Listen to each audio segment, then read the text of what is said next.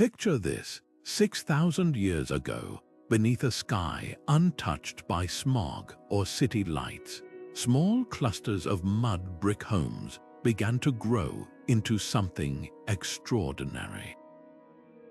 These weren't just villages, they were the first sparks of civilization, places where humanity took its earliest steps toward the world we know today. Think about the sheer audacity of it. People who had spent millennia as hunters and gatherers suddenly coming together to build streets, temples, and markets. They invented writing, created laws, and dreamed up gods, all while standing on the very edge of what was possible. And here's the astonishing part: the echoes of their lives still shape us. The way we trade, the way we worship, even the way we argue about politics, it all traces back to these ancient urban experiments. Now, let's zoom in on one of history's greatest mysteries. How did these first cities emerge, seemingly out of nowhere?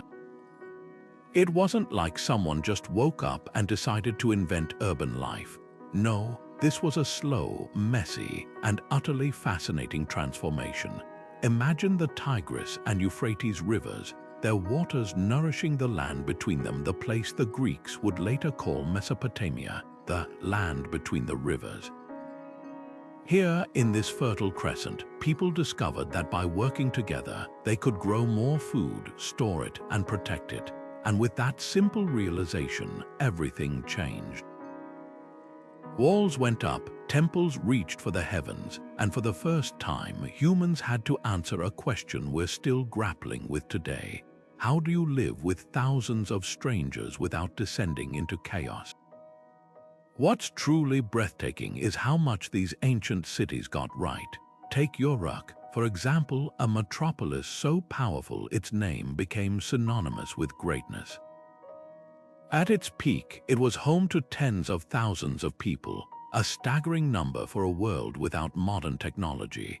Or consider Mohenjo-Daro in the Indus Valley, with its grid-like streets and advanced drainage systems, proof that urban planning isn't just a modern obsession. These weren't just collections of buildings, they were laboratories of human potential, and as we walk through their ruins, both literal and metaphorical, we'll uncover stories of ambition, ingenuity, and sometimes heartbreaking collapse. Because here's the truth, the rise of cities wasn't just a triumph. It was a gamble, one that came with floods, famines, and conflicts that would feel eerily familiar to us today. So grab your metaphorical explorer's hat, we're about to step into the streets of the past, where every stone has a story to tell. So what exactly transformed a cluster of huts into what we'd recognize as a city? It wasn't just size, it was a revolution in how humans organized their world. Think of villages as cozy family dinners where everyone knows each other's names. Cities, they're grand banquets with hundreds of strangers passing plates across the table. The shift happened when four key ingredients came together like pieces of an ancient puzzle.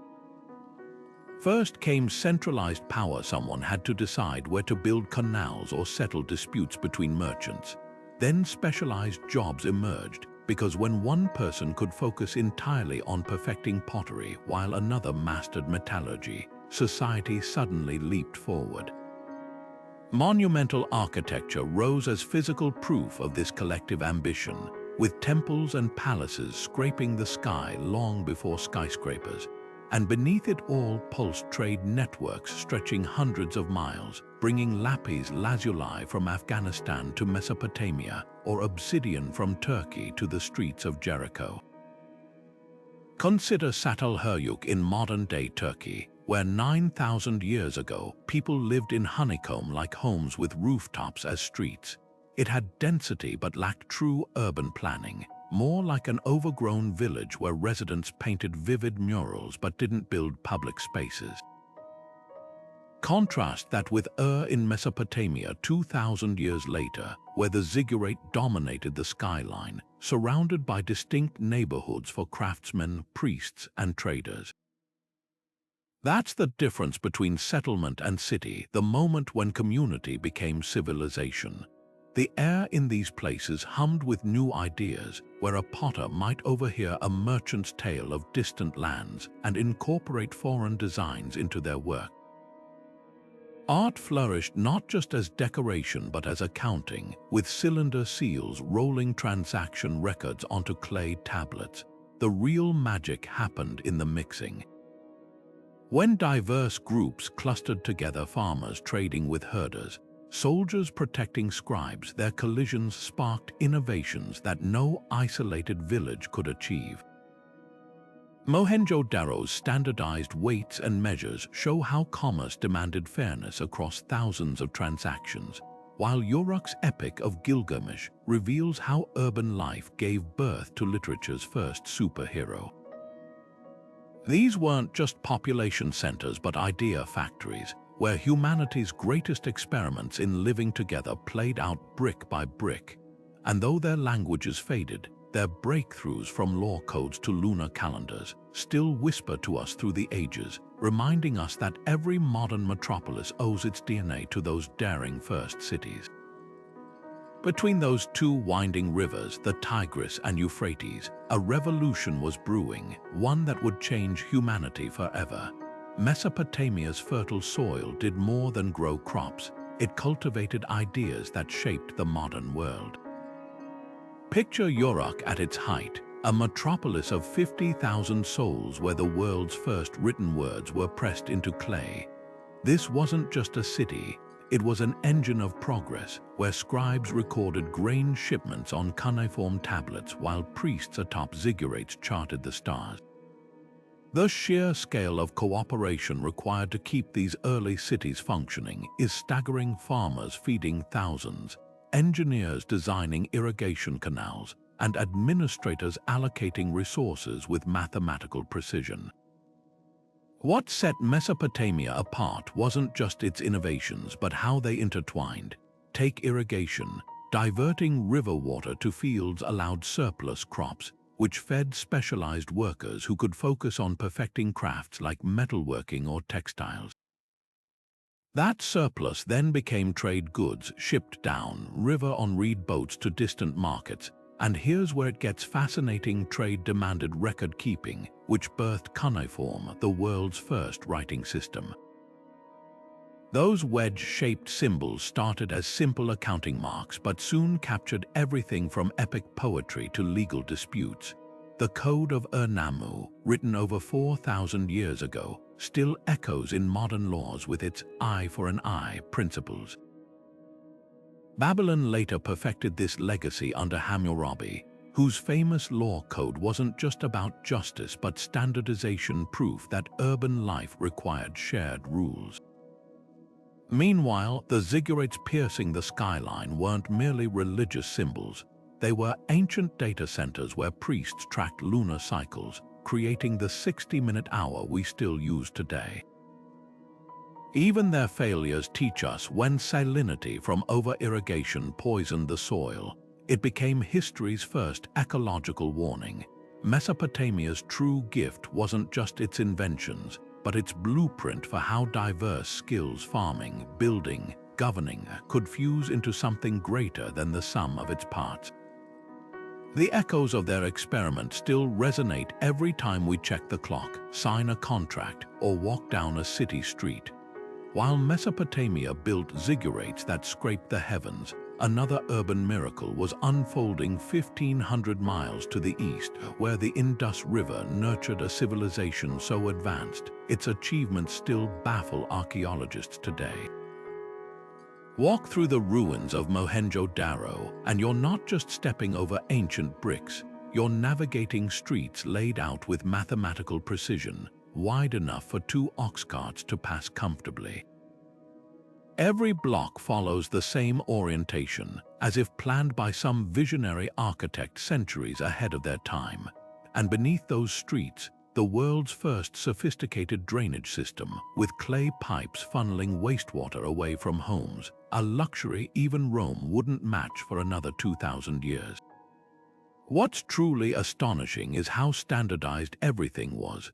Archaeologists have found identical weights made from polished stones across dozens of Indus sites, some as small as peas, others as heavy as bricks, proof of an extensive trade network where fairness mattered.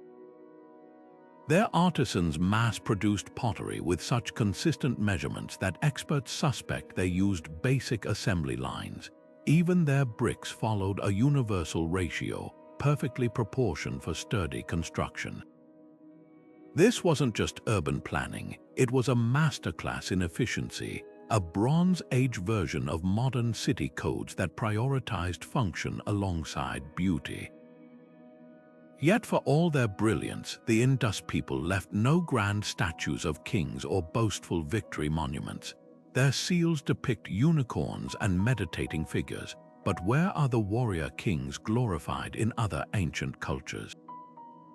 Some scholars believe this hints at a society governed more by merchants than monarchs, where practical solutions trumped ego. The Great Bath at Mohenjo-Daro, a massive, watertight pool at the city's heart, might have been for ritual purification, but its intricate design suggests communal values over individual power. Then comes the haunting mystery. Around 1900 BCE, this thriving civilization began to vanish. Was it climate change shifting the rivers, an earthquake disrupting trade routes, or invasions by outsiders whose own records never mentioned conquering such advanced cities? The truth might be simpler yet more profound, that even the most brilliant societies can unravel when their environment changes faster than their adaptability.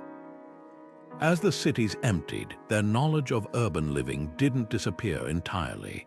Centuries later, Indian texts would describe ideal cities with familiar echoes, grid layouts, public baths, and standardized measurements, whispers of a forgotten marvel that shaped the subcontinent long after its bricks crumbled to dust. While the Indus Valley prioritized practicality, ancient Egypt wove cities from dreams of immortality. Imagine standing on the banks of the Nile as the first stones of Memphis were laid, a city destined to become the earthly throne of gods in human form. Unlike Mesopotamia's bustling markets or the Indus Valley's geometric precision, Egyptian urban centers pulsed with a different rhythm, the heartbeat of eternity. Thebes, with its towering temples at Karnak and Luxor, wasn't just a capital, it was a portal between worlds, where colossal statues of pharaohs stared into the infinite while scribes penned spells to guide souls through the afterlife. What set Egypt apart was its sacred architecture. The pyramids of Giza weren't mere tombs but stairways to the stars, their perfect angles mirroring celestial pathways. Every obelisk piercing the sky, every sphinx guarding a causeway, whispered the same message: this world and the next were inseparable. Even the layout of cities followed divine logic. Thebes stretched along the Nile's east bank, the land of the living, while the west bank hosted the Valley of the Kings, where mortals became eternal. This wasn't urban planning, it was cosmology in brick and stone. Yet beneath the grandeur lay astonishing pragmatism. The same priests who calculated the heavens also managed granaries that fed thousands. Scribes who copied sacred texts also recorded tax receipts in hieratic script, a shorthand version of hieroglyphs. And while pharaohs claimed descent from Ra, their engineers solved very earthly problems, channeling Nile floods to nourish fields, or designing worker villages like Deir el-Medina, where artisans painting royal tombs enjoyed better housing than medieval peasants. The true genius of Egyptian cities, their duality. They functioned as administrative powerhouses, yet every street corner hummed with magic. A bakery in Memphis might supply bread for both laborers and temple offerings.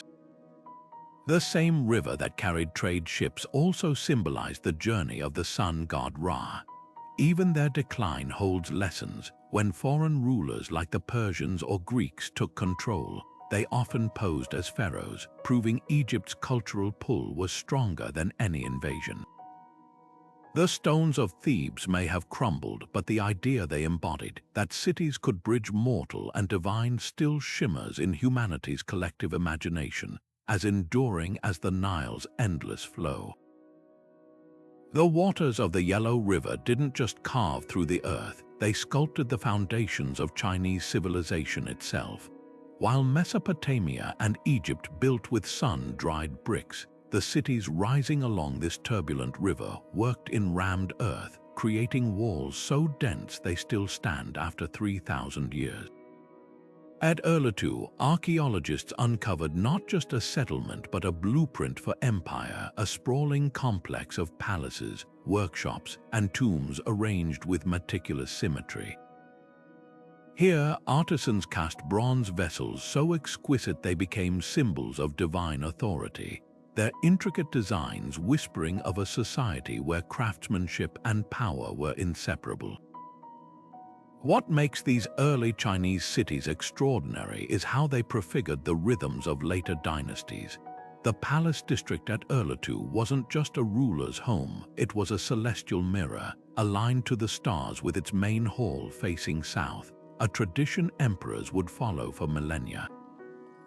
Nearby, bronze foundries produced ritual wine vessels adorned with Tauti motifs, those mysterious composite creatures whose eyes seemed to watch from between worlds.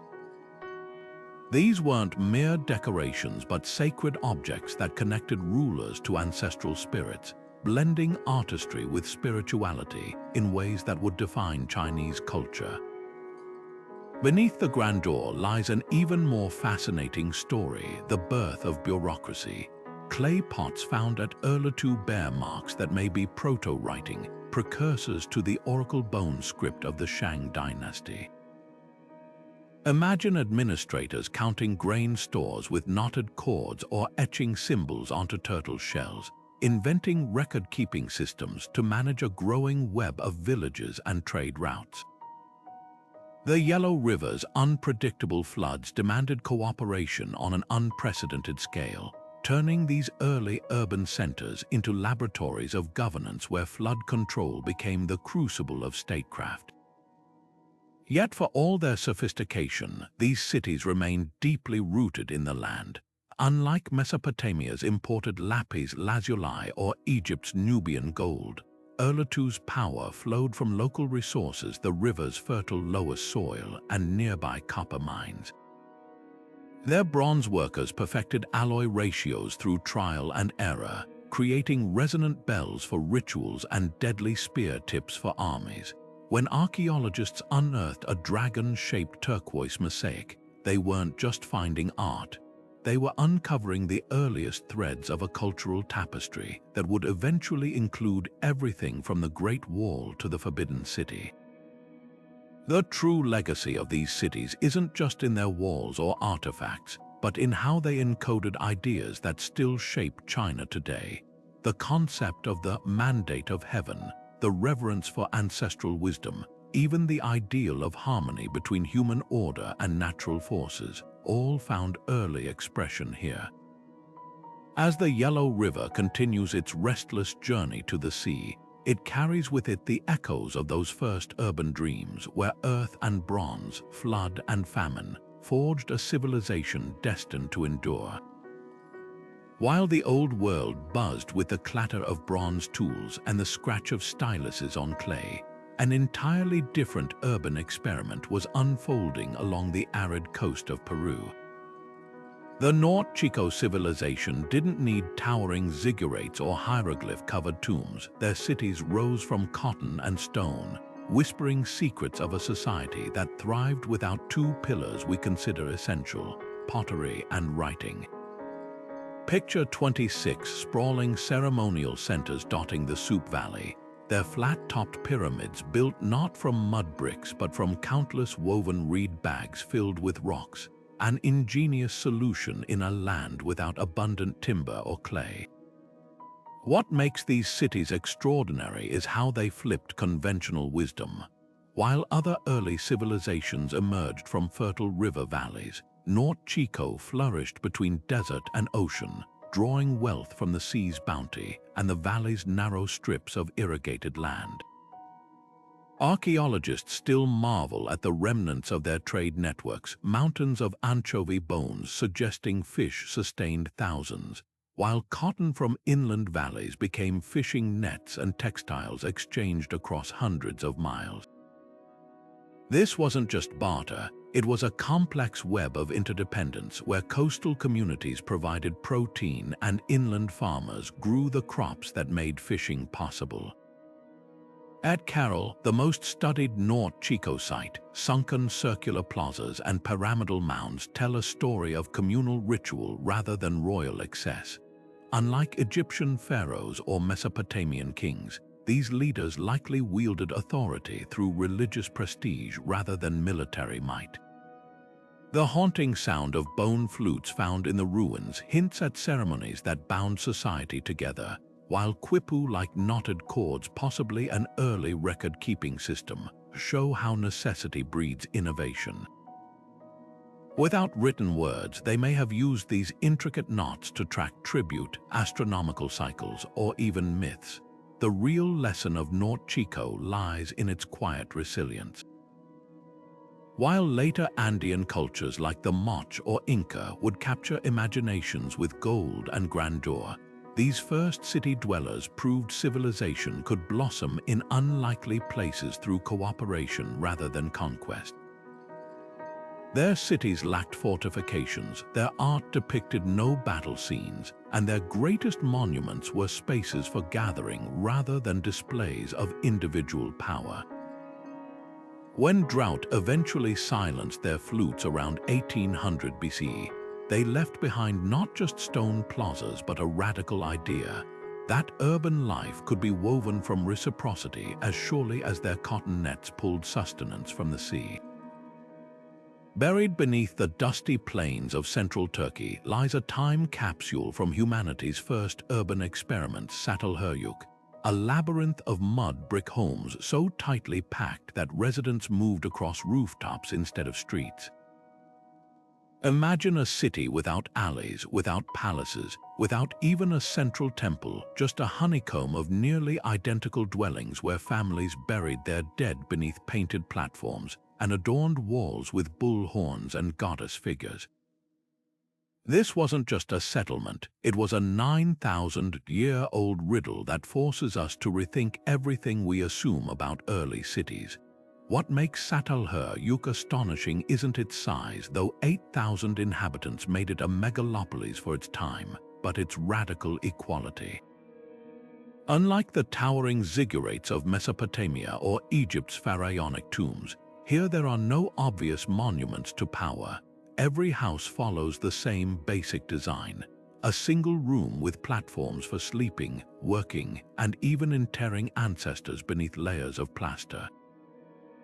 The art tells the story. Vivid murals depict vultures circling headless corpses, leopards prowling in ochre and red, and what might be the world's earliest landscape painting, a distant volcano erupting in Twin Peaks. These weren't decorations but portals to another world, where the spiritual and the domestic blurred together.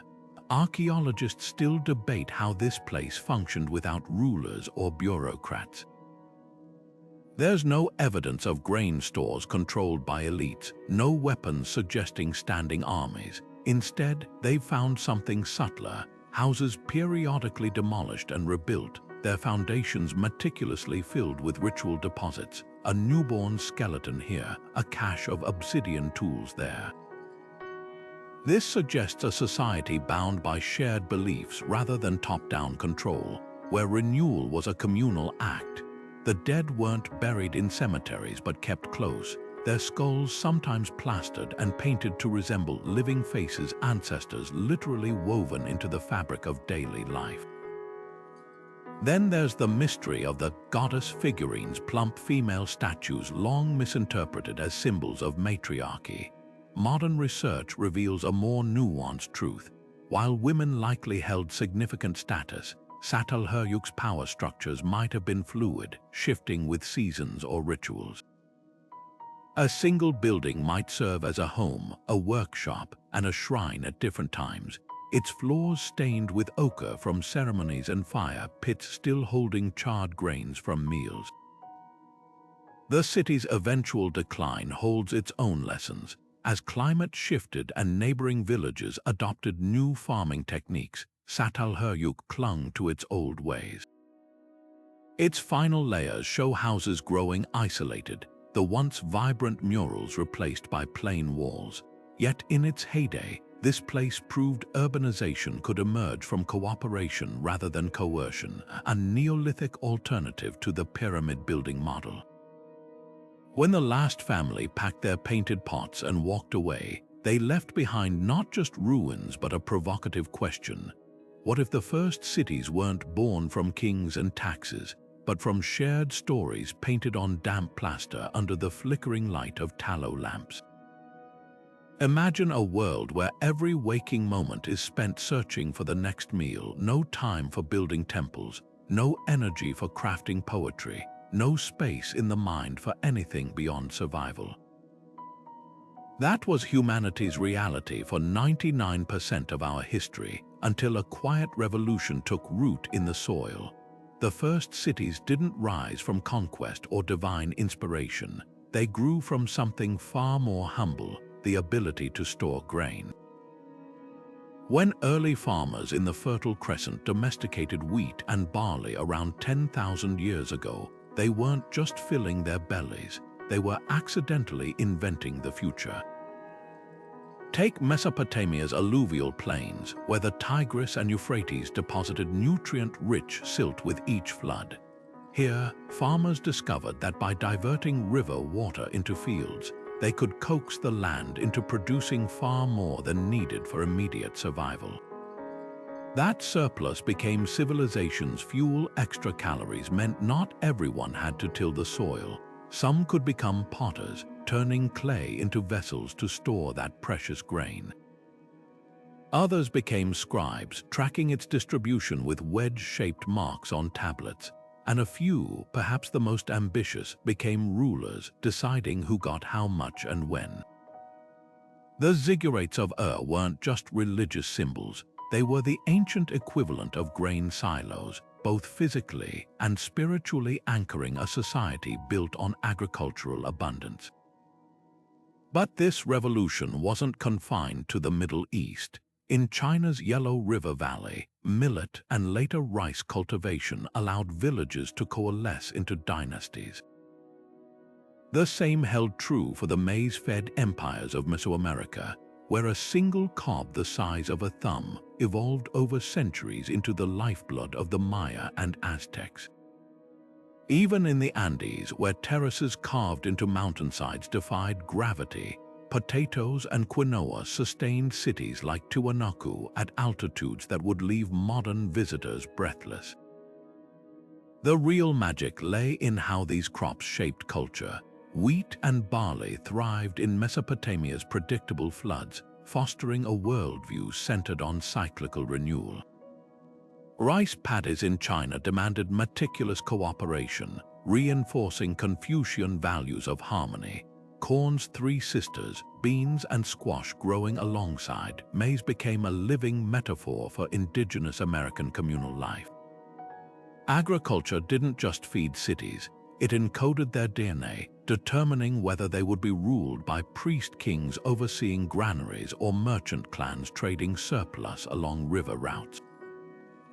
Yet this bounty came at a cost. Reliance on single crops made societies vulnerable when salinity poisoned Mesopotamia's fields or drought-withered Maya cornfields. Collapse often followed.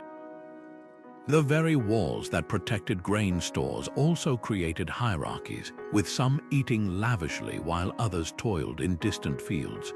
Perhaps that's the deepest lesson of agriculture's role. Civilization's greatest leaps forward were always tethered to the earth, a reminder that even the grandest cities remain, at heart, glorified farming villages that forgot to stop growing.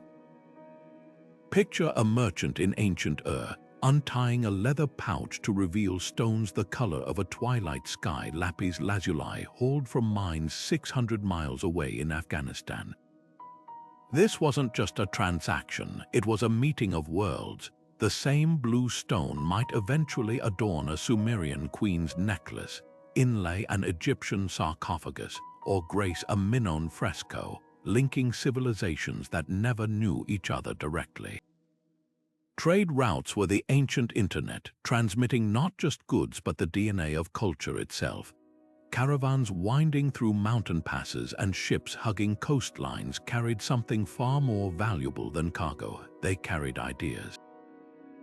Take obsidian, that volcanic glass sharper than modern surgical steel. Anatolian traders shipped it to Mesopotamia, where craftsmen turned it into mirrors and ritual blades. But here's the twist. Archaeologists find identical arrowheads made from the same obsidian vein in villages hundreds of miles apart. That means technologies, like pressure flaking techniques to shape stone, traveled with the material. One trader's demonstration could revolutionize weapon making across an entire region. Even failures spread knowledge. When Indus Valley seals appear in Mesopotamian ports with no local buyers, they reveal how merchants tested new markets. The real magic happened at the crossroads.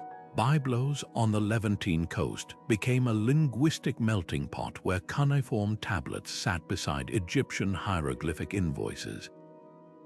Sailors swapping stories might explain Phoenician shipbuilding tricks to Greek traders, who'd adapt them generations before Homer wrote of Odysseus' vessels. Tin from Britain and Afghanistan mixed in Syrian bronze workshops, creating alloys that armed entire armies. These networks birthed hybrid cultures. Mitanni kings in Syria worshipped Indian gods, while Mycenaean pottery copied Minoan octopus designs with a distinctly Greek flair. But trade wasn't just for elites. A single shipwreck off Uluburun, Turkey, carried a time capsule of 14 cultures: African ebony, Baltic amber, Cypriot copper ingots shaped like ox hides. The presence of weights from Mesopotamia, Egypt, and the Aegean in one cargo hold suggests merchants used multilingual conversion tables, an ancient fork system. Even everyday items spread. Cumin from Iran seasoned Egyptian bread, while Indus Valley cotton clothed Babylonian laborers, the ultimate testament to these connections. The panic when they faltered. When climate change dried up trade routes around 2200 BCE, empires from the Indus to the Nile crumbled in what scholars call the first global collapse. Yet, like resilient mycelium, the networks eventually regrew, proving that once humanity tasted connection, there was no returning to isolation. Those dusty caravan trails and moonlit sea lanes didn't just move goods. They wove the first fragile web of human interdependence, one that still holds us together today. The first marks pressed into wet clay weren't epic poems or love letters, they were grocery lists for the gods. In the bustling temples of Hüyük, scribes hunched over tablets, carefully etching symbols for 2 sheep delivered or 3 jars of oil owed. This was writing stripped to its bare bones, a tool for counting, controlling, and keeping chaos at bay. Imagine the moment when some anonymous accountant realized that a simple drawing of a barley stalk could stand in for the real thing, and with that stroke of a stylus, humanity crossed a threshold. No longer were agreements sealed with a handshake or memory alone now. Words could outlive their speakers, binding people across time and space. What's fascinating is how quickly this invention evolved from practical to profound. Those early cuneiform tablets from Sumer started as straightforward ledgers, lists of temple offerings or rations for workers. But within just a few generations, scribes began adding names, then verbs, until entire legal codes could be preserved. The famous Ur-Nammu law tablet, with its if-then clauses punishing everything from theft to slander, wasn't just legislation, it was a revolution in how societies conceived justice. Suddenly, rules weren't just whispered traditions. They were immutable truths baked into clay, visible to all who could read. Egypt's hieroglyphs tell a parallel story with a different twist. While Mesopotamia's wedge-shaped script emerged from economic necessity, Egypt's elegant symbols were born in the shadow of the divine. Yet even those sacred carvings on temple walls served earthly purposes, recording tax assessments, tracking labor shifts for pyramid construction, or calculating beer rations, the preferred currency for workers.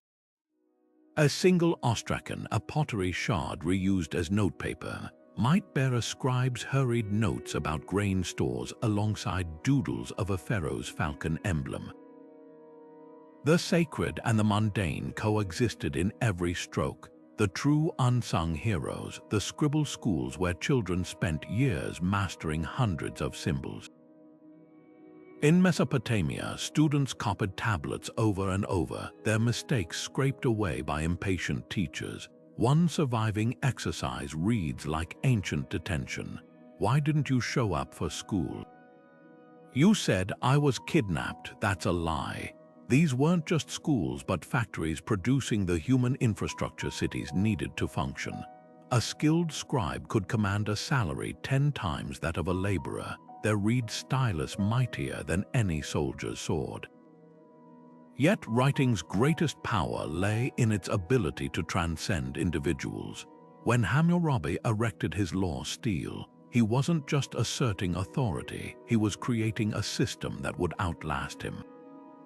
Contracts could span generations, treaties between cities became binding, and knowledge no longer died with its keepers. The library of Ashurbanipal in Nineveh, with its 30,000 tablets ranging from medical texts to omens, proved writing could collective humanity's memory. And when drought or war came, as it always did, those baked clay tablets waited patiently in the ruins, ready to whisper their secrets to whoever might dig them up millennia later. The irony is delicious. A tool invented to track jars of oil became the very thread stitching civilizations together across the centuries. The towering ziggurat of Ur didn't just scrape the sky, it anchored an entire cosmology to Earth. Every mud brick tier represented a step closer to the heavens, where priests performed rituals to keep the gods content and the rivers flowing. This wasn't architecture, it was a contract written in clay and sunlight, a promise that order would prevail over chaos so long as humans played their part. And at the summit, where only the chosen could tread, the ruler stood as both king and intermediary, his authority etched into the very stones. The genius of these early cities lay in how they fused faith and governance into an inseparable whole. When a Sumerian monarch rebuilt a temple, he wasn't just currying divine favor, he was proving his right to rule, demonstrating his ability to marshal labor, resources, and celestial goodwill. Egypt took this concept to its logical extreme. The pharaoh wasn't merely a representative of the gods, he was a living god himself, his coronation a cosmic event that ensured the Nile's annual flood. The pyramids at Giza weren't tombs in the modern sense but resurrection machines, their geometric precision designed to launch souls into eternity. Even the workforce building them ate like royalty, with archaeological evidence showing they consumed beef, fish, and beer from state-run farms. This was religion as social glue. By tying daily bread to divine will, rulers transformed backbreaking labor into sacred duty. A farmer hauling limestone blocks might grumble about sore muscles, but how could he question work that kept the universe in balance? Yet the relationship between power and belief wasn't monolithic. In the Indus Valley, where no palaces or obvious temples have been found, authority might have flowed through shared rituals rather than priest-kings. The Great Bath at Mohenjo-Daro, with its precise proportions and watertight bricks, suggests purification ceremonies that bound the community without centralized control. Contrast that with the Maya city of Tikal, where rulers bloodied themselves in public rites, piercing tongues to conjure visions that proved their connection to ancestors. Both systems maintained order, but where one emphasized collective participation, the other leaned on spectacle and personal charisma. The darkest twist came when religion became a tool of coercion. Assyrian kings lined their palace walls with carvings of winged demons, not just as decoration but as psychological warfare, a reminder that disobedience invited supernatural retribution. Even Hammurabi's famous law code, carved atop a stele showing him receiving justice from the sun god Shamash, framed earthly punishments as divinely ordained. Yet this wasn't purely cynical manipulation. Rulers genuinely believed their roles were sacred, their failures risking famine or invasion. When drought struck Mesopotamia, kings sometimes abdicated, accepting blame for having offended the gods. What endures from these ancient experiments isn't just the stones they left behind, but the blueprint they created for how societies organize meaning. Modern cities may have traded ziggurats for skyscrapers and oracles for opinion polls, but the core idea remains: shared beliefs, whether spiritual or secular, are the invisible mortar holding urban life together. From the tax collector citing civic duty to the protester invoking justice, we still speak the language of collective purpose, first whispered by priests and kings in those earliest city-states. The real miracle isn't that they built pyramids, it's that they convinced thousands to believe in the idea behind them. The moment humans began living together in dense clusters, something inevitable happened. Some rose to the top while others shouldered the weight below. Those early city walls didn't just keep invaders out. They locked in a new reality where your birth could determine whether you dined in palaces or toiled in ditches. Take the workforce that built Egypt's pyramids. Forensic evidence reveals arthritic spines and broken bones, yet their burial sites near the monuments suggest they took pride in their role. This paradox captures urbanization's double-edged sword: collective achievement flourished, but always on the backs of someone.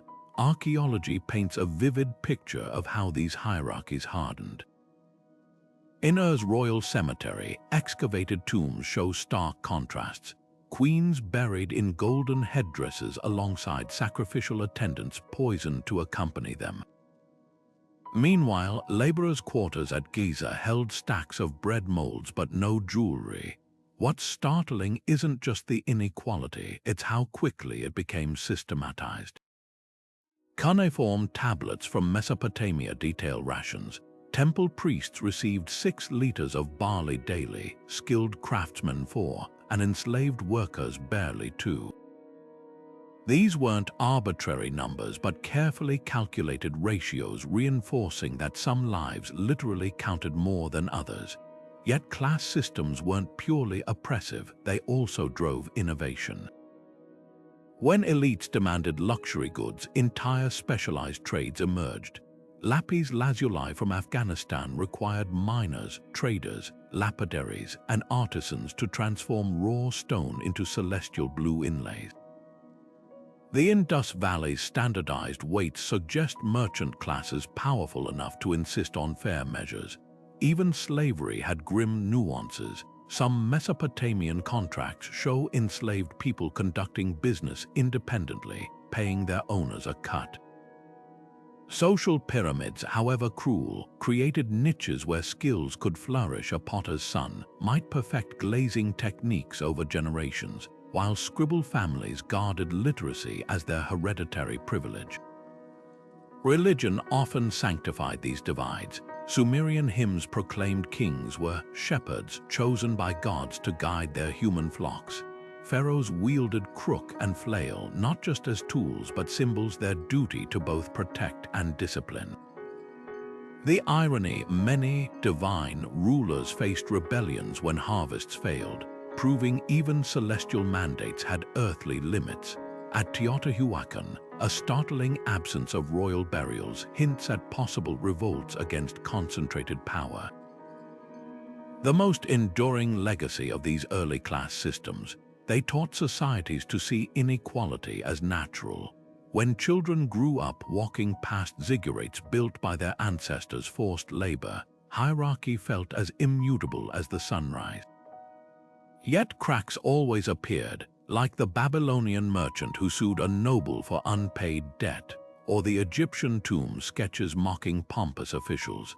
These ancient cities birthed not just kings and peasants, but the eternal tension between power and resistance, a story still unfolding in every modern metropolis where glass towers cast shadows over crowded streets. The moment grain stores overflowed and temple treasures glittered, cities became beacons for both traders and raiders. Those same walls that defined urban life now served a dual purpose, keeping chaos at bay while making the settlement an irresistible prize. Jericho's massive stone barrier, built around 8000 BCE, wasn't just the world's oldest known fortification.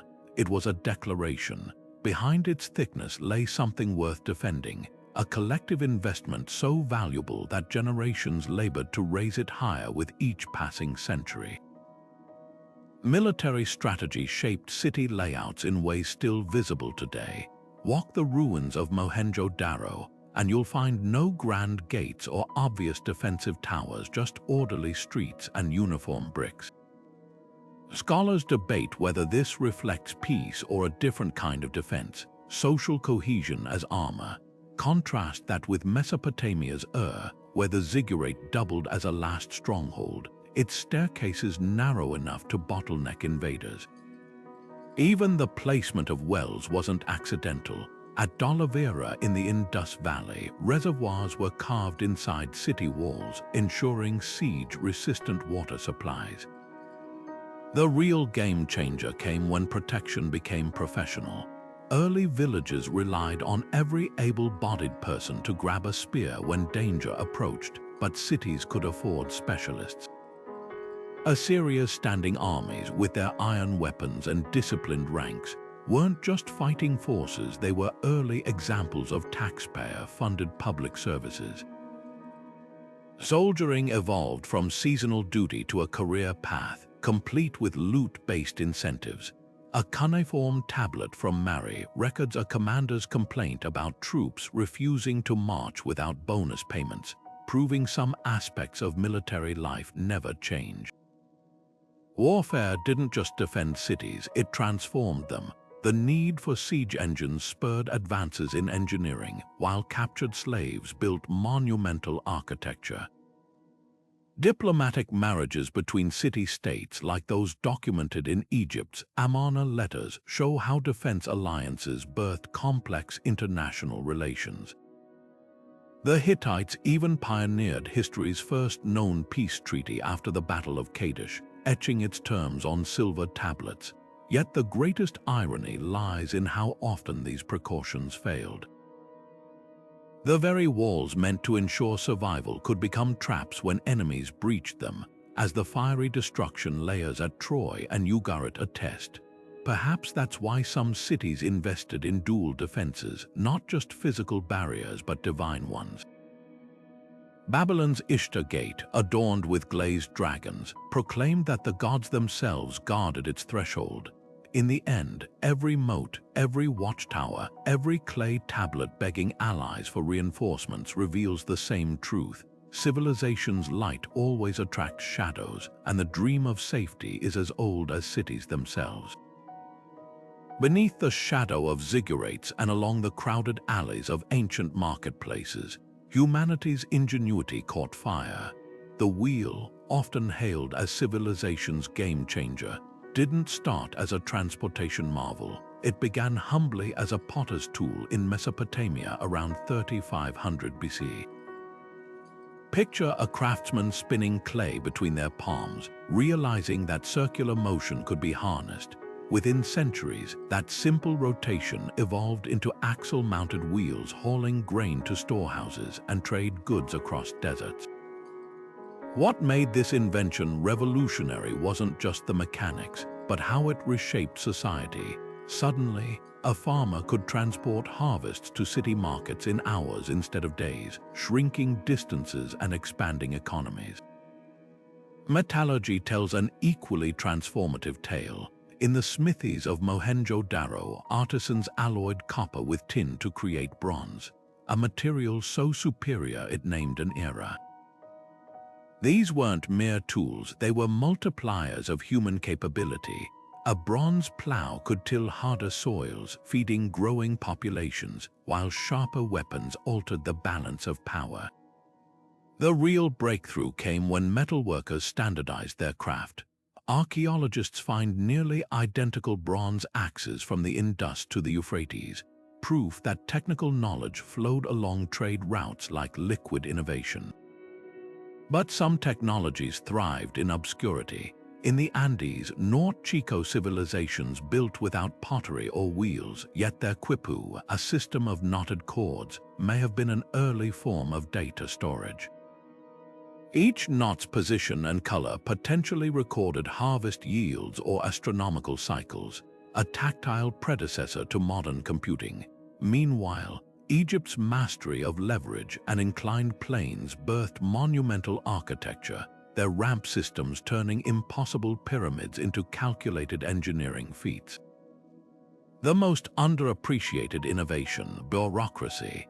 The clay tokens used in Sumerian accounting evolved into cuneiform script, but it was the invention of standardized weights and measures that truly greased the wheels of commerce. A merchant in Ur could trust that a shekel of silver weighed the same in Babylon, creating the first framework of economic trust across cultures. These technologies didn't just change what humans could do, they rewired how we thought. The wheel introduced the concept of mechanical advantage. Metallurgy revealed the transformative power of chemistry, and writing externalized memory itself. Every breakthrough carried a paradox. Tools created to solve immediate problems often unlocked unforeseen possibilities, setting off chain reactions that would eventually lead to everything from steam engines to silicon chips. The true legacy of these early urban inventors isn't just in their creations, but in their unshakable belief that human ingenuity could reshape the world. The ruins of Mohenjo-Daro tell a silent story: mysterious skeletons holding hands in the streets, pottery abandoned mid-use, and water wells filled with debris. These eerie snapshots beg the question, how could a civilization so advanced suddenly vanish? Archaeologists have peeled back the layers of time to uncover not one but several possible culprits, each revealing how even the mightiest cities can crumble when nature and human ambition collide. Climate change emerges as the prime suspect for many early urban collapses.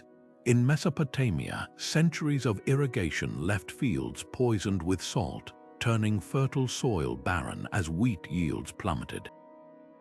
Tree rings from ancient Anatolia show prolonged droughts that starved Hittite cities of both food and trade. The Indus Valley faced a different water crisis. Shifts in monsoon patterns may have dried up the Gaga-Haka river system, forcing Mohenjo-Daro's residents to flee as their meticulous drains ran empty. These weren't sudden catastrophes but slow-motion disasters where generations watched their lifelines wither season by season. Yet environmental stress alone rarely tells the full story. At Satal, Hüyük, analysis of house timbers reveals a subtler unraveling. As resources grew scarce, people stopped rebuilding communal shrines, retreating into smaller family units. The Norte Chico settlements show similar fractures. Their intricate trade networks collapsed when coastal fishing and inland cotton farming could no longer support each other. Without economic interdependence, the social contract binding city dwellers together frayed beyond repair. Then there's the specter of violence. The burned palaces of Hüyük and the smashed statues of Akkad suggest invaders capitalized on weakened states. But warfare often accelerated rather than caused decline, like the Sea Peoples who toppled already faltering Bronze Age cities. Even without invaders, internal strife could be deadly. Maya city-states like Tikal exhausted themselves through endless royal wars, their monuments boasting of victories while crop failures went unaddressed. The most haunting collapses blend all these factors. The Akkadian Empire's fall around 2200 BCE reads like an ancient apocalypse. Drought-starved nomads raided grain stores, trade routes snapped, and then, as one clay tablet laments, the great cities were given over to flames. Similar domino effects toppled the Indus Valley, where crumbling infrastructure likely triggered a refugee crisis that overwhelmed neighboring regions. What makes these stories more than historical footnotes is their uncanny relevance. Today's megacities face parallel threats: rising seas lapping at skyscrapers just as floodwaters once breached Ur's walls, or social inequality mirroring the resentments that fractured Teotihuacan. The bones of Mohenjo-Daro whisper a warning civilizations keep forgetting.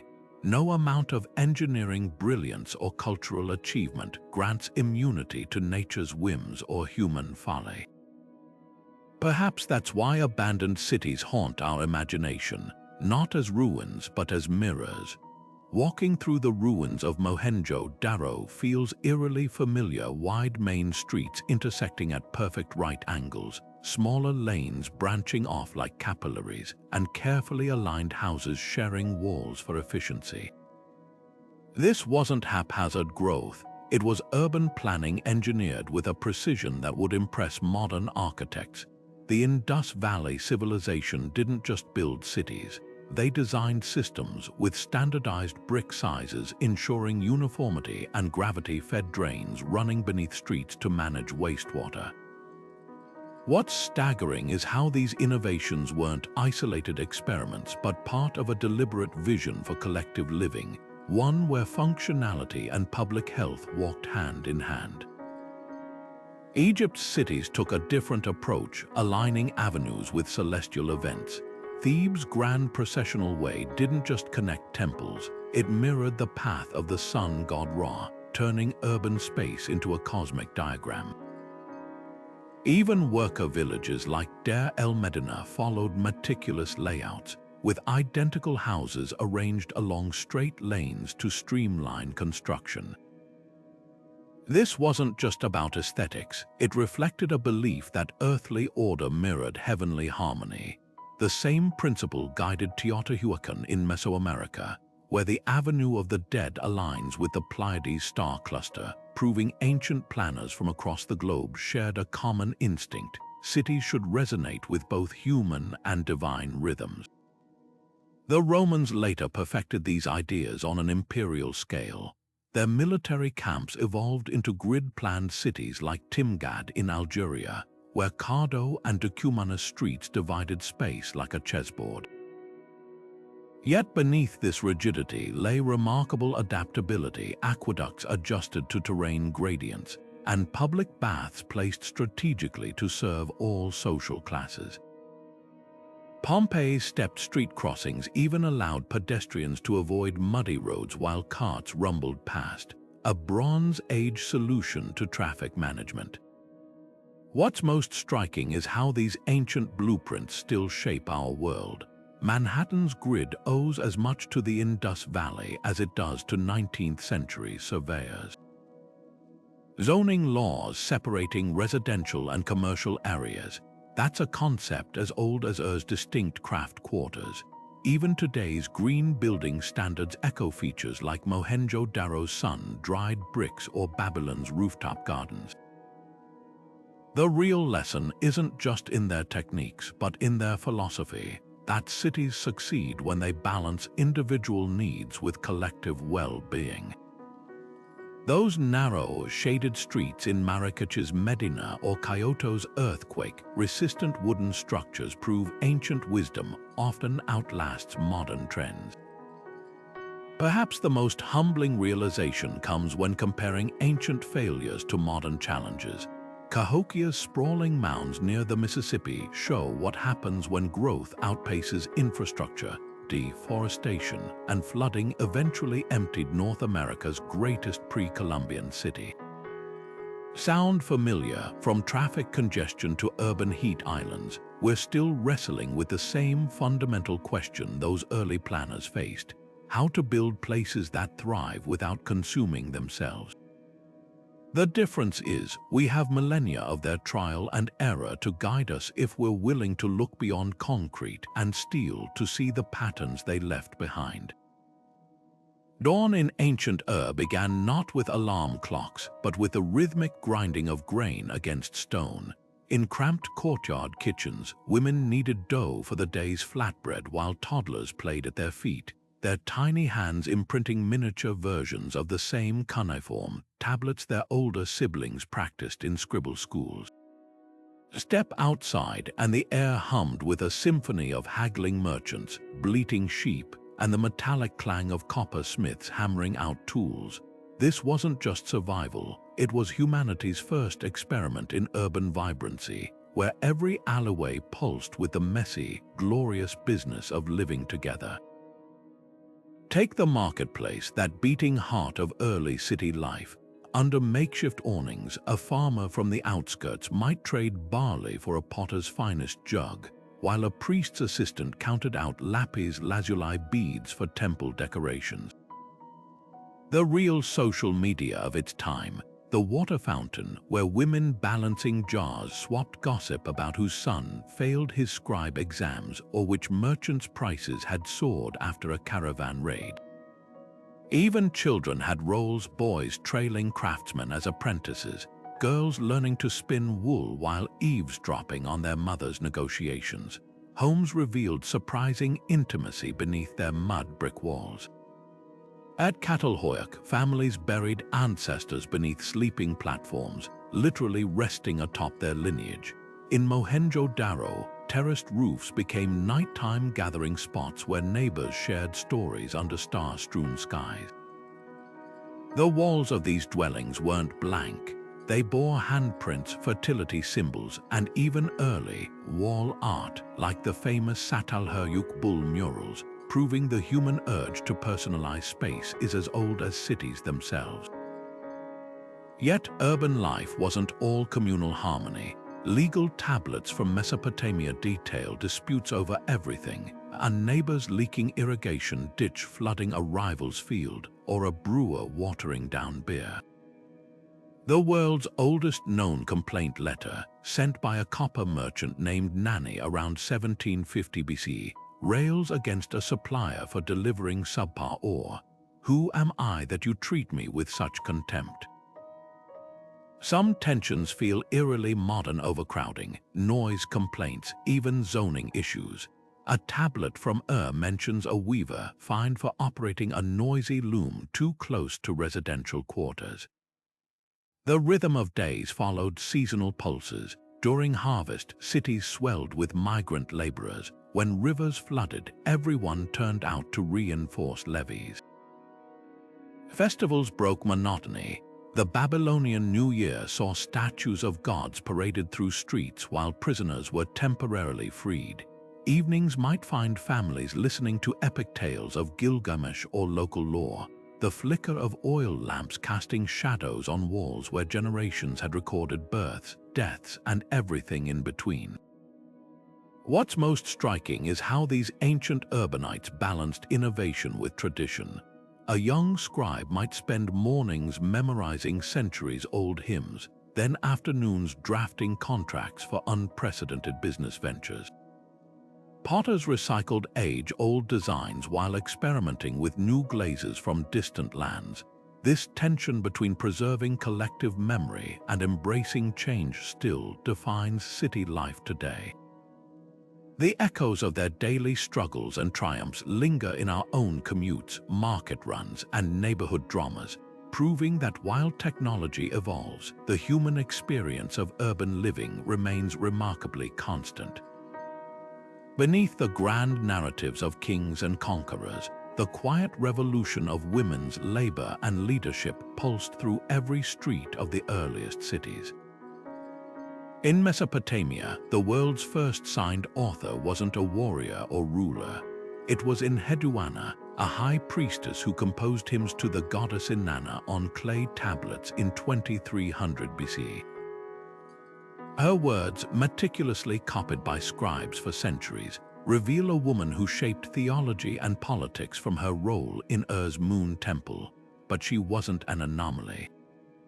Cuneiform tablets list female tavern keepers, merchants trading textiles across empires, and even a woman named Puabi buried in a royal tomb with a cylinder seal proclaiming her queenly authority, proof that power wasn't exclusively male. The Indus Valley offers even more tantalizing clues. Dozens of seals depict women in elaborate headdresses, some standing beside sacred trees or mythical creatures. Were these priestesses mediating between earthly and divine realms, or powerful matriarchs overseeing trade networks?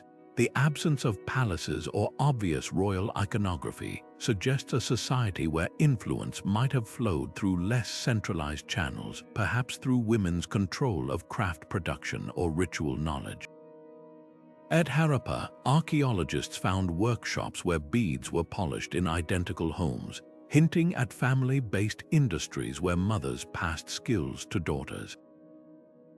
Egypt's records shimmer with women's visibility. From the medical texts of Peseshet, history's first named female physician, to the diplomatic letters of Queen Tiye, who corresponded with foreign rulers as her husband's equal women occupied spaces from the marketplace to the throne. A papyrus from Deir el-Medina details a property dispute between two women, proving they could own land and litigate like men. Even domestic roles held unexpected power. The Lady of the House title wasn't just ceremonial.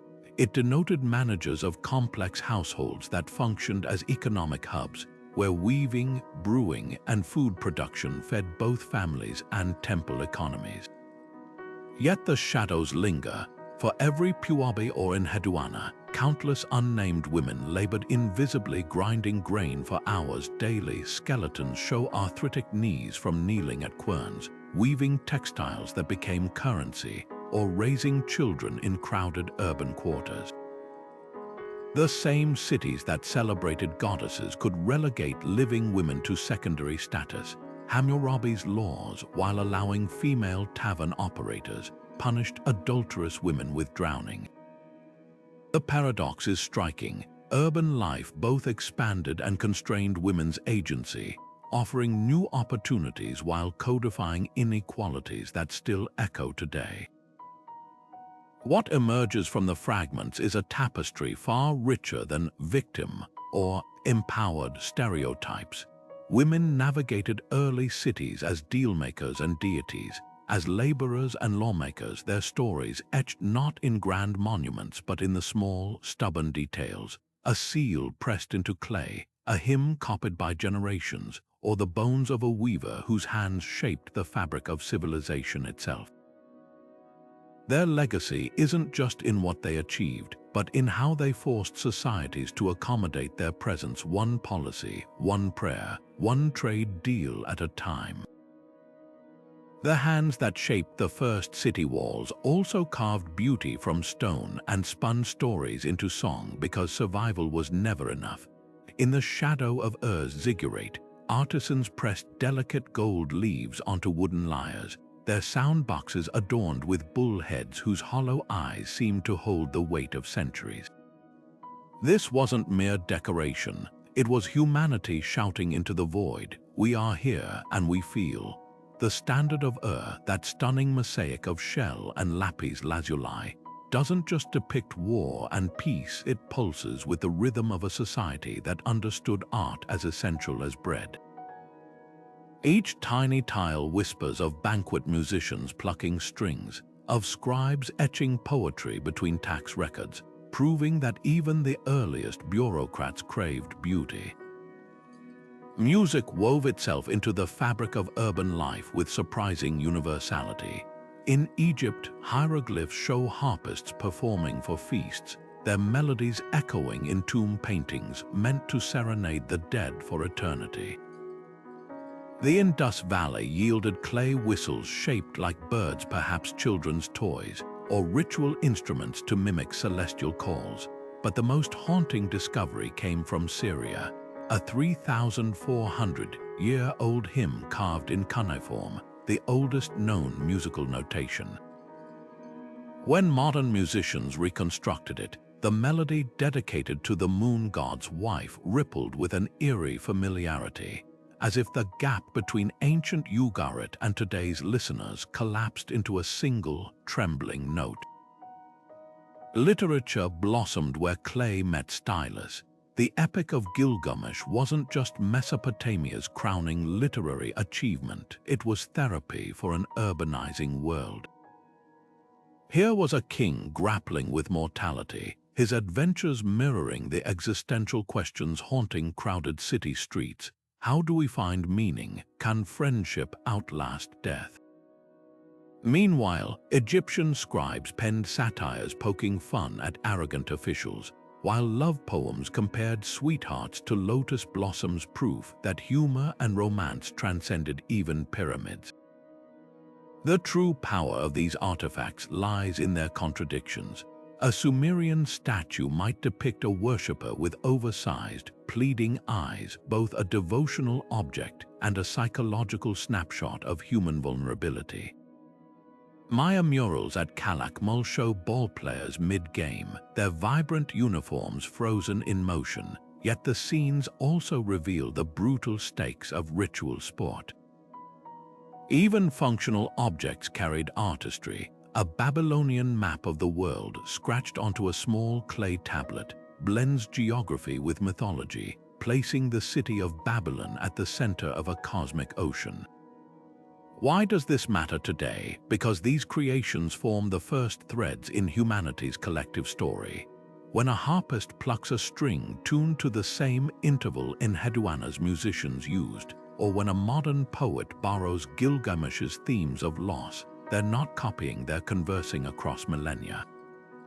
The graffiti scrawled on Pompeii's walls, "I marveled, wall, that you haven't collapsed under the weight of so much nonsense," echoes in today's social media quips, proving that urban dwellers have always been equal parts profound and ridiculous. These artifacts remind us that civilization isn't just about bricks and laws. It's about the irrepressible human urge to create, to connect, to say, "This is what it feels like to be alive." And in that, the ancients are still speaking directly to us. The streets we walk today, the laws that govern us, even the way we track time, none of these sprang fully formed from modern minds. They're living echoes of decisions made thousands of years ago in places like and Mohenjo-Daro. Take democracy. While ancient Athens gets the credit, the seeds were planted earlier.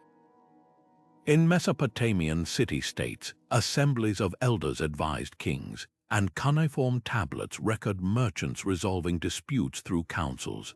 The Code of Hammurabi might seem harsh by today's standards, but its revolutionary idea that laws should be written and apply equally still underpins modern legal systems. That clay tablet from 1750 BC didn't just list punishments. It declared that order could be codified, creating a blueprint for everything from constitutional rights to traffic regulations. Science, too, traces its lineage to these urban laboratories. Babylon's astronomers didn't just watch the stars. They recorded planetary movements with such precision that their data remains accurate today. Their calculations birthed the 60-minute hour and 7-day week timekeeping tools we still use. Meanwhile, Indus Valley engineers perfected standardized weights using a binary system that foreshadowed computer logic, while Egyptian physicians documented treatments on papyrus, establishing medicine as empirical practice rather than superstition. These weren't isolated breakthroughs but collaborative efforts made possible by cities' concentration of minds and resources. The most enduring legacy might be the very idea of collective governance. When Neolithic villagers first debated where to dig a well or store grain, they were rehearsing for urban life's grand stage. Teotihuacan's apartment complexes, housing diverse ethnic groups in planned communities, suggest early experiments in multicultural coexistence. Even failures taught vital lessons when the Hittite capital Hattusa faced famine. Its grain redistribution system became history's first documented social safety net. Today's skyscrapers may dwarf ziggurats, but the foundational challenges remain eerily similar. How do we fairly allocate resources, balance individual freedoms with communal needs? Adapt to environmental shifts, the answers we craft through voting booths, city councils, or climate accords are variations on themes first explored in sun-baked plazas and river valley metropolises. Every time a mayor inaugurates a new park or a protest reshapes policy, the spirit of those ancient urban pioneers whispers through the centuries, reminding us that civilization isn't a static achievement but an ongoing conversation, one that began when the first brick was laid and shows no sign of ending. Scholars poring over ancient maps and crumbling tablets still can't agree on where to pin the birthplace of civilization, because the answer changes depending on how you define the term itself. Some point to Mesopotamia's bustling cities with their intricate bureaucracies, while others argue the Indus Valley's planned streets and standardized weights represent true urban sophistication. Then there's the wild card, Peru's Norte Chico, where pyramids rose without pottery or written records, challenging every traditional criterion. These aren't just academic squabbles, they're fundamental questions about what makes a society civilized in the first place. The Mesopotamia camp wields compelling evidence. With the earliest known writing, law codes, and monumental architecture, Sumer seems like the obvious frontrunner. But here's the twist. Satal Hüyük in Turkey predates Mesopotamian cities by millennia with dense housing and vibrant art, yet it lacked streets, temples, or clear hierarchies. Does urban living count if there's no government or public spaces? Meanwhile, Egyptologists highlight the Nile's unified kingdom by 3100 BC, complete with taxation and national infrastructure projects like pyramids. Yet critics counter that Egypt's early dynasties emerged after Mesopotamian cities were already centuries old, making them latecomers rather than pioneers. The Indus Valley complicates everything. Mohenjo-Daro's plumbing systems and grid layouts suggest a mastery of urban planning unmatched elsewhere. But without deciphered scripts or obvious royal tombs, was this a civilization or just an extraordinarily well-organized culture? The debate gets philosophical fast. If a society thrives for centuries without warfare or inequality, as some believe the Indus people did, does its lack of traditional power structures disqualify it? Then there's the radical perspective from South America. Norte Chico's cotton-based economy and circular plazas prove complex societies can flourish without staples like pottery or writing. China's Yellow River cities add another layer, with their early bronze rituals and proto-bureaucracies suggesting parallel but independent development. These outliers force historians to confront an uncomfortable truth. Our definitions of civilization are hopelessly Eurocentric, biased toward traits valued in the Middle East and Mediterranean. What makes these debates more than ivory tower exercises is how they reshape our understanding of human potential. If urban life sprouted independently across 5 continents, does that mean civilization wasn't an accident but an inevitability? Or perhaps the real story lies in the connections, the way Mesopotamian grain accounting might have inspired Egyptian hieroglyphs, or how Indus Valley trade networks spread ideas along with goods. The most thrilling possibility that we've only scratched the surface. Every year, new discoveries like the 7,600-year-old circular city found in Ukraine upend timelines and challenge assumptions. The takeaway isn't that one region wins, but that humanity's genius for communal living erupted like a supernova, scattering brilliant fragments across the globe. Each early city, whether ruled by god-kings or governed by consensus, represents a unique answer to the same eternal question: how can we live together without tearing each other apart? That's a puzzle far more fascinating than any trophy for first place. Lessons from these ancient urban experiments aren't locked in the past. They're urgent roadmaps for our overcrowded, overheating present. Consider Mohenjo-Daro's drainage systems, engineered to handle monsoon surges without a single pump or electric sensor. Their secret, working with gravity rather than against it, channeling water through precisely sloped bricks that required no maintenance for centuries. Modern megacities sinking under flooding might take note. Sometimes the most advanced solution is the one that listens to the land. Then there's the Norte Chico's cotton-based economy, thriving in a desert by weaving together coastal fishing and inland farming into a symbiotic network. No fossil fuels, no disposable plastics, just a closed-loop system where waste from one community became another's resource. Today's circular economy advocates are essentially rediscovering what these ancients knew instinctively. Sustainability isn't a buzzword, it's survival. Social cohesion offers another masterclass. Satal Hüyük's 9 millennia-old homes, where families buried ancestors beneath their floors, reveal a profound truth. Belonging isn't about square footage, but about weaving lives into shared stories. Contrast that with modern urban isolation, where high-rises pack people closer than ever yet leave them feeling untethered. The Maya city of Tikal took a different approach. Its towering temples hosted rituals that united thousands in collective purpose, transforming strangers into citizens. While we've replaced bloodletting ceremonies with subway commutes and social media, the underlying need remains. Cities thrive when they foster connection, not just congestion. Governance might be the most startling lesson. Babylon's Hammurabi didn't just carve laws into stone, he displayed them in public squares, making justice visible to all.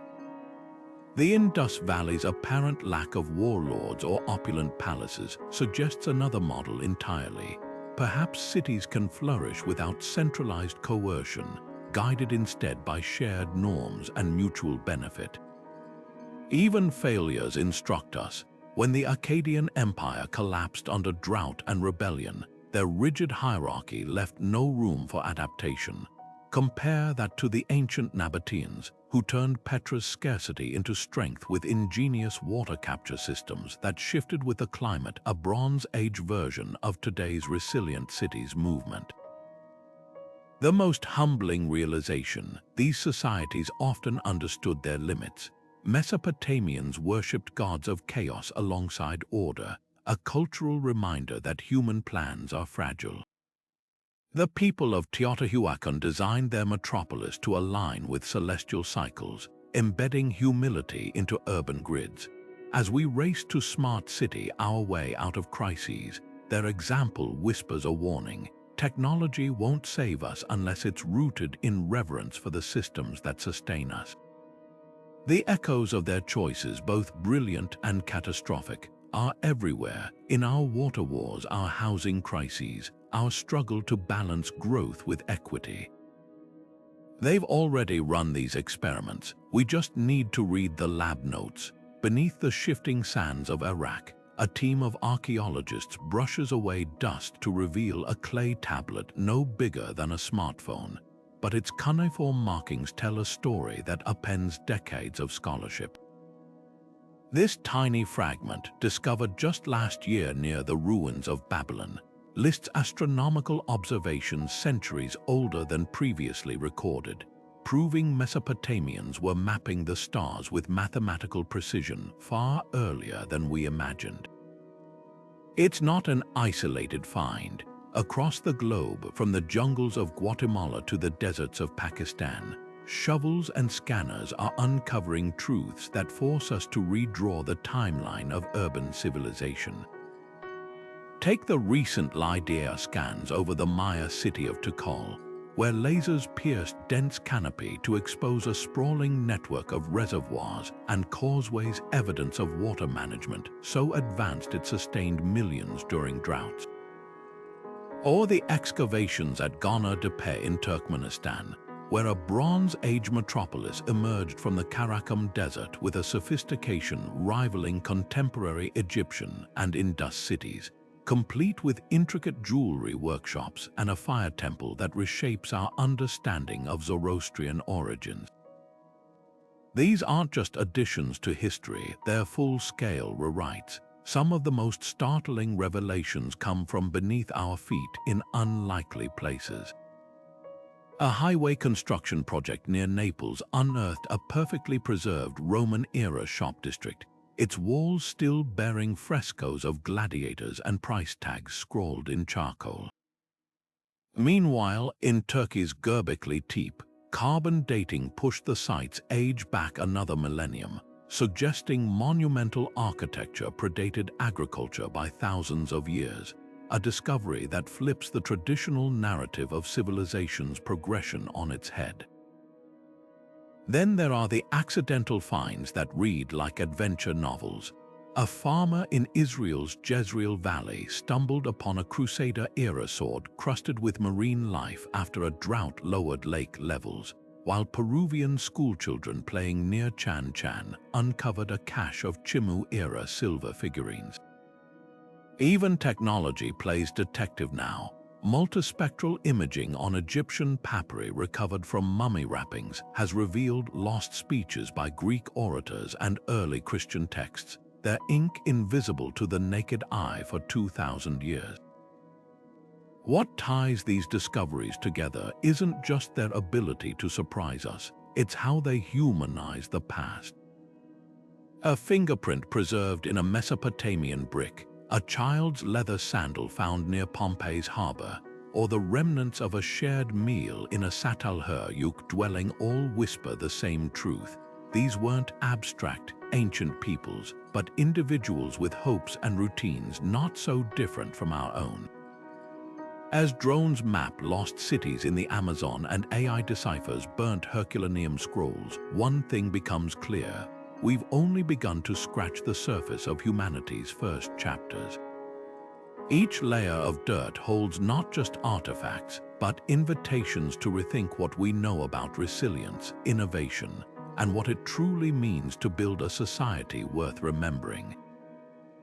Standing in the ruins of ancient Babylon today, it's hard to grasp the city's legendary grandeur until you slip on a virtual reality headset.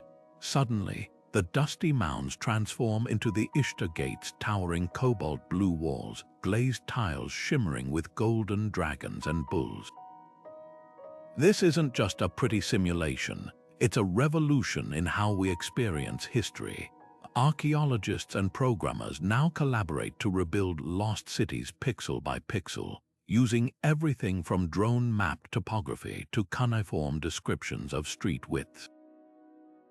The result, you can stroll through Ur's moonlit ziggurat complex or dodge ox carts in Mohenjo-Daro's bazaar, surrounded by the hum of languages dead for millennia. What makes these reconstructions more than eye candy is their forensic accuracy. Take Rome Reborn, a digital project that cross-referenced Renaissance etchings with laser scans of surviving monuments to recreate the Forum as it stood in Constantine's time. When researchers overlaid their model with ancient marble fragments, the alignment was near perfect. Similarly, the University of California's Pompeii project used AI to analyze brushstrokes on frescoes, restoring villas to their original riot of colors, ochres so vibrant they contradict centuries of museum-white classical assumptions. The real magic happens when these tools reveal invisible connections. At Angkor Wat, LiDAR scans exposed a sprawling urban network beneath jungle canopies, while digital elevation models of Tenochtitlan show how Aztec engineers aligned causeways with sacred mountains. Suddenly, abstract concepts like ceremonial processions become visceral. You can virtually walk the same path pilgrims took, feeling the intentional slope of stairs designed to slow your approach to the temple. But these aren't just academic exercises. Indigenous communities collaborate with technologists to animate oral histories. like the Ungarangeri Nation's 3D renderings of Australian shell middens showing seasonal gathering patterns. Meanwhile, students from Cairo to Chicago use free platforms like Sketchfab to explore Petra's water channels or Harappa's granaries, turning textbook diagrams into navigable spaces. The most poignant reconstructions grapple with uncertainty. The Lost Cities project imagines multiple versions of Nineveh, one as Assyrian texts describe it, another showing erosion patterns if left untouched, a third blending both. It's a powerful reminder that the past isn't fixed but a conversation between evidence and imagination. As you virtually stand atop Uruk's white temple at sunset, watching shadows stretch across the very courtyard where Gilgamesh might have walked, the gap between ancient and modern doesn't just shrink, it disappears. From the mud brick walls of Mesopotamia to the pyramids of Egypt, the world's first cities were more than stone and mortar. They were the crucibles of human potential. These were places where strangers became neighbors, where chaos was tamed into order, and where humanity first dared to imagine a future bigger than survival. Every pavement stone laid in every granary built in Mohenjo-Daro, every law etched in Babylonian clay was a vote of confidence in our ability to shape the world together. What's humbling is how fragile these experiments often were. The same walls that protected Uruk from invaders couldn't shield it from shifting rivers or salted fields. The meticulous drains of the Indus Valley couldn't compensate for monsoons that never came. Yet even in collapse, these cities left blueprints for resilience, lessons about adaptability, about balancing growth with sustainability, about the unbreakable link between human flourishing and the health of the land that sustains us. Their greatest gift wasn't just the inventions they spawned, though we still tell time by Babylonian hours and measure space with Sumerian mathematics. It was the radical idea that strangers could cooperate on a scale never before imagined. When a trader in ancient Byblos trusted a foreign merchant's promise, or when workers from a dozen ethnic groups built Teotihuacan's pyramids together, they were proving something revolutionary. Diversity could be a strength, and difference didn't have to mean division. As our own cities face rising seas and social fractures, their stories feel less like ancient history and more like urgent parables. The Maya's water reservoirs could inspire drought-proof urban design, while Satal Hüyük's egalitarian ethos offers alternatives to modern inequality. Perhaps the most profound lesson is that civilization isn't a destination, it's a conversation spanning millennia, where every generation adds its voice. So the next time you walk down a crowded street, pause and listen. Beneath the honking cars and humming wires, you might hear echoes of a potter in teaching his apprentice, of an Egyptian scribe laughing over a bureaucratic mishap, of an Indus Valley child chasing a dog through lanes just like these. Their world lives on in ours, not just in bricks and laws, but in the enduring human belief that together we can build something worthy of the future. If this journey through the cradle of civilization sparked your curiosity, let's keep the conversation going. Hit that like button if you learned something new, subscribe for more deep dives into history's untold stories, and drop a comment below where you see the spirit of these ancient innovators alive today. The next chapter of urban ingenuity is being written right now, and who knows, maybe millennia from now, archaeologists will study our cities with the same awe we reserve.